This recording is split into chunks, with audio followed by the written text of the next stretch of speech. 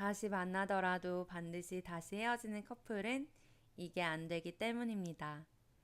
그런데 이걸 이용해서 상대방이 가장 부족한 부분을 채워주기만 하면 상대방에게 평생 헤어질 수 없는 특별한 존재가 되는 거예요. 안녕하세요. 헬로 열매의 열매입니다. 헤어질 때는 상대방이 진짜 괘씸했는데 시간이 지날수록 내가 더 잘못했던 것 같고 나만 노력하면 다시 잘 만날 수 있을 것 같다 생각하시는 분들이 많으세요. 물론 상대방에게 내 진심을 의미 있게 잘 전달해서 다시 잘 만나는 커플들도 많습니다. 그런데 재해가 됐더라도 커플 사이에 질이 높은 대화가 없으면 그 연애는 반드시 다시 헤어질 수밖에 없어요. 반대로 지속적으로 대화를 하는 커플이라면 헤어졌다 다시 만나고를 반복하더라도 그 관계에는 희망이 있습니다. 외교 관계에서도 대화 단절인 상황에서는 희망을 찾기 어려워요. 그런데 갈등, 다툼이 있더라도 그 안에 지속적인 대화가 있다면 희망이 있어요. 다시 말해서 싸우고 헤어지고 결국 다시 만나더라도 제일 높은 대화를 꾸준히 하는 커플들에게는 희망이 있다는 거예요. 대화는 인간관계를 회복시키고 유지하도록 도와주는 가장 핵심적인 요소입니다. 지난 연애를 돌아봤을 때 상대방과 꾸준한 대화를 하지 못했지만 그래도 다시 만나서 내가 무조건적으로 노력하면 다시 잘 만날 수 있을 것만 같을 거예요. 만나서 두세 달까지는 무조건적으로 상대방에게 맞춰줄 수도 있어요. 그런데 모두들 공감하시겠지만 사람 마음이 정말로요. 화장실 들어갈 때 다르고 나올 때 달라집니다. 내가 과연 그럴까 싶은데 대부분이 그런 경향이 있어요.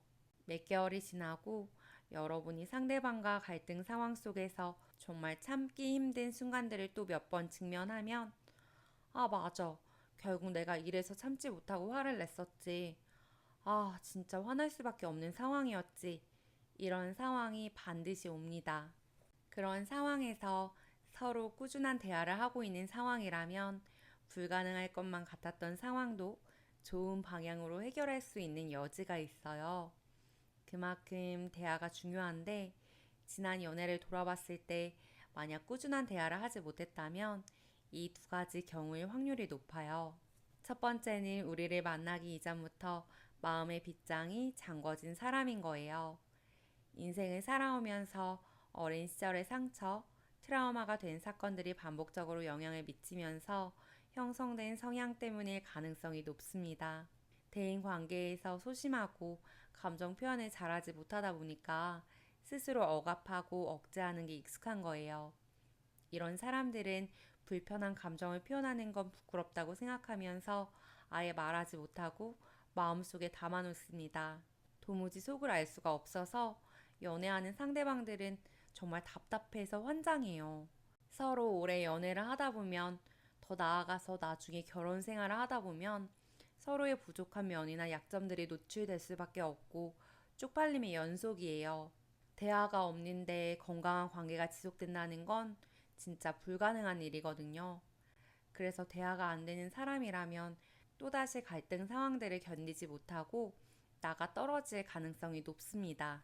한쪽이 일방적으로 섬기는 마음으로 우쭈쭈 해주고 무조건적으로 사랑과 인내로 이해해 준다면 시간이 아주 많이 흘러 어느 정도 개선이 될 수는 있지만 정말 쉽지 않은 길이라서 사실 이런 경우는 제외를 추천드리고 싶지 않습니다. 두 번째는 연애 초반에는 대화가 잘 됐는데 연애 과정에서 지치거나 지속적인 상처를 받아서 대화를 할 의지가 없어진 경우입니다. 이 경우는 대화의 질을 높이면 희망이 있어요. 대화의 질을 높이는 방법은 바로 상대방의 가장 부족한 부분을 채워주는 거예요. 그럼 상대방에게 평생 헤어질 수 없는 특별한 존재가 될 수 있는 거예요. 예를 들어서 상대방은 어린 시절부터 아주 외로운 사람이었어요. 어릴 때부터 부모님께서 맞벌이를 하셔서 혼자 있는 시간이 많았고 공부 잘하는 동생과 비교를 당해서 자존감이 낮았습니다. 보통 이런 환경에서 자란 사람은 어렸을 때 결핍된 부분들 때문에 인정에 목마르고 칭찬 한마디에 힘이 나는 성향을 가지고 있어요. 그래서 상대방에게 아무리 맞는 말, 옳은 말을 해주더라도 격한 공감을 먼저 해주지 않으면 비난인 것만 같아서 기분이 상해버리는 경향이 있어요.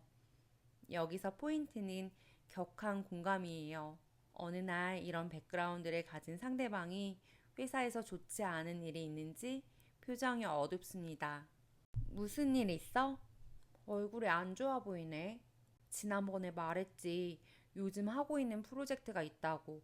근데 같이 진행하고 있는 팀원들끼리 의견이 안 맞아서 결국 기한 내에 마무리를 못 지은 거야.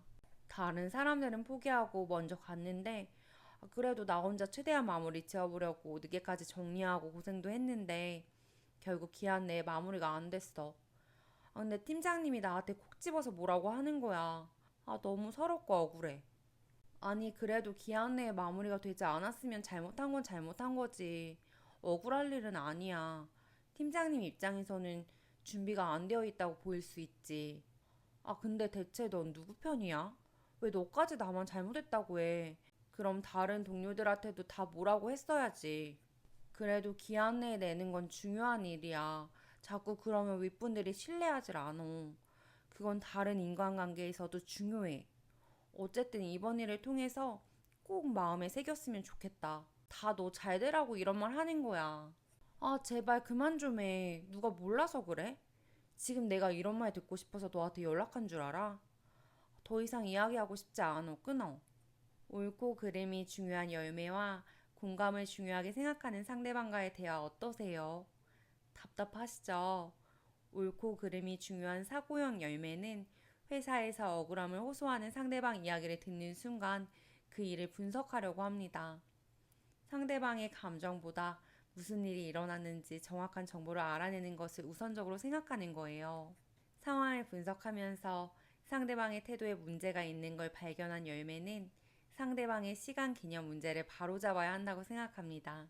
시간 개념은 장차 상대방의 회사 생활, 인간관계에서 중요한 부분이기 때문에 앞으로도 문제가 되지 않을지 미래의 부정적인 영향까지 끌어모아 걱정하는 거예요. 거기서 끝났으면 좋았을 텐데 시간 개념을 확실히 인식시키기 위해서 상대방이 인정할 때까지 자신의 논리로 설득합니다.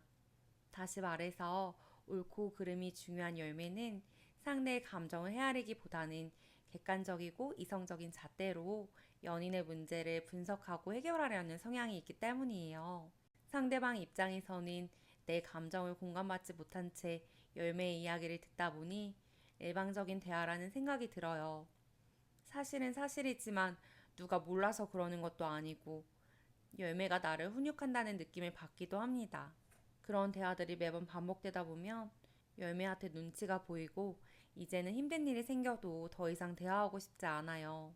회사에서도 프로젝트를 할 때 서로의 의견을 나누는 아이데이션 시간, 타인의 의견을 받아들이고 디벨롭하는 과정이 필요한데 그런 과정 없이 본인의 의견만을 지속적으로 주장하게 되면 누구나 인정하는 객관적인 비판을 했더라도 주변 사람들 마음에 상처를 줄 수 있어요.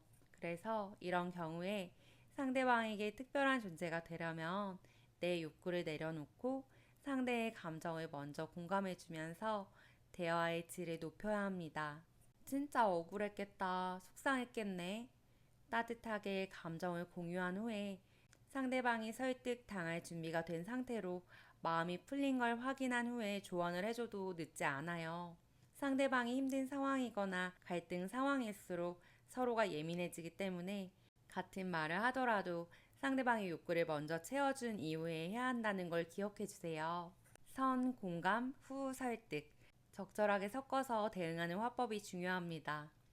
그래야 대화 상황이 조금 더 부드러운 방향으로 흘러가기 때문이에요.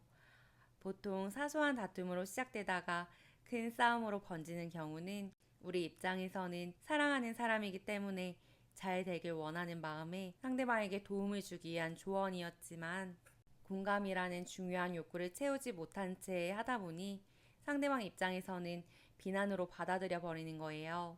대화의 질을 높이기 위해서 가장 중요한 건 어디까지가 조언이고 비판인지, 비난인지에 대해서 사람의 성향에 따라 상황에 따라서 다를 수 있다는 걸 기억해야 해요.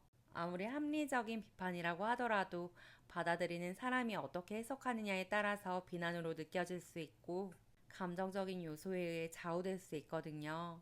비난과 비판은 명확한 구분 기준점이 없어서 서로 간의 배려가 반드시 필요합니다. 현재는 객관화가 되지 않은 상태이지만 사실 상대방을 가장 잘 아는 사람은 나예요. 상대방이 진짜 중요한 요구가 어떤 부분인지를 잘 인지해서 대화의 질을 높여보세요. 대화의 질을 높이다 보면 여러분도 상대방에게 결국 평생 헤어질 수 없는 특별한 존재가 될 거예요. 여러분, 오늘도 힘내세요.